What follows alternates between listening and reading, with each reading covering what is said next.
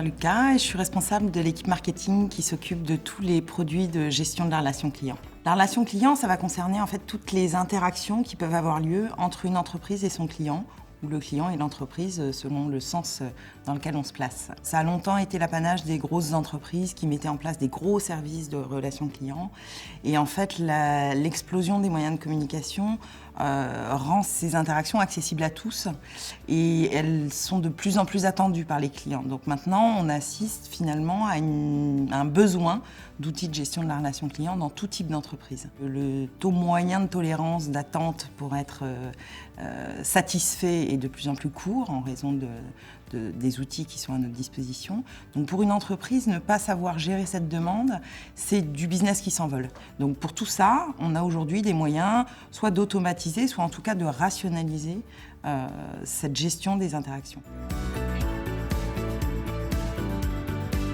Les clients ont tendance dorénavant à multiplier le nombre de canaux qu'ils vont utiliser pour s'adresser à l'entreprise. Avant, on n'avait pas le choix, on n'en avait qu'un, on prenait son téléphone. Aujourd'hui, sur certaines typologies de demandes, j'aurais plutôt tendance à envoyer un mail, peut-être parce que ma demande est moins importante ou moins urgente. Je vais utiliser le chat quand je serai sur un site internet de l'entreprise parce que on va me proposer une pop-up et que de ce fait-là, je vais avoir une interaction directe et très réactive. Et puis sur les réseaux sociaux, je vais plutôt avoir tendance à utiliser ce canal-là comme un média d'exaspération. Donc on voit qu'il faut vraiment savoir s'adapter aux nouveaux outils, mais aussi au profil de son client. C'est-à-dire que le nombre de canaux utilisés va souvent dépendre de la tranche d'âge. En revanche, l'usage de canaux plus ou moins récents n'est pas forcément dépendant de la tranche d'âge, mais il peut être dépendant du secteur d'activité. On voit que dans le domaine de l'assurance santé-prévoyance, le chat est quasiment inexistant. Les canaux préférés, c'est vraiment le mail et le téléphone. Plus on va monter dans le nombre de canaux utilisés, plus on aura des solutions en effet importantes qui permettent, et ça c'est un point très important, d'historiser l'histoire du client. Rien n'énerve plus un client que de devoir répéter à chaque étape de son parcours la même histoire, son numéro de contrat, son numéro de téléphone. On a aujourd'hui tous les moyens à notre disposition pour pouvoir tracer l'histoire de ce client et faire qu'il devienne non plus un numéro, mais vraiment une personne à part entière. Dans l'impact fidélité du client, c'est énorme. Autre tendance qu'on constate aujourd'hui, c'est le côté systématique du contact sortant. Donc l'entreprise s'adresse à son client une fois qu'un contact entrant a été géré. Un exemple probant de cette nouvelle pratique peut être la prise de rendez-vous. Dans un cabinet médical, chez un coiffeur, il y a quelques années, on notait les rendez-vous dans nos agendas.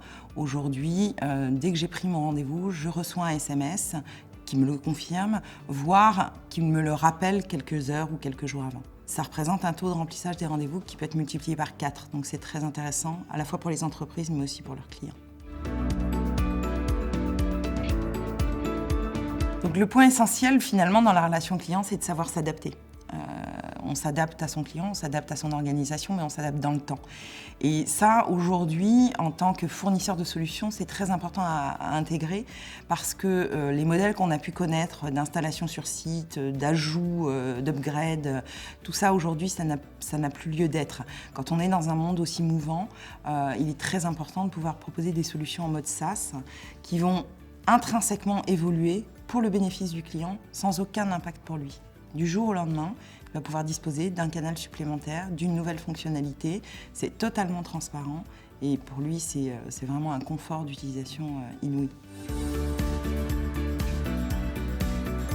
La grande force des SFR Business, en fait, c'est d'avoir accompagné des gros centres de contact, donc très spécialisés dans le métier, qui ont été précurseurs sur ces problématiques et d'être aujourd'hui capables, avec ce recul, de développer des offres très simples, mais très riches fonctionnellement, à destination des entrepreneurs.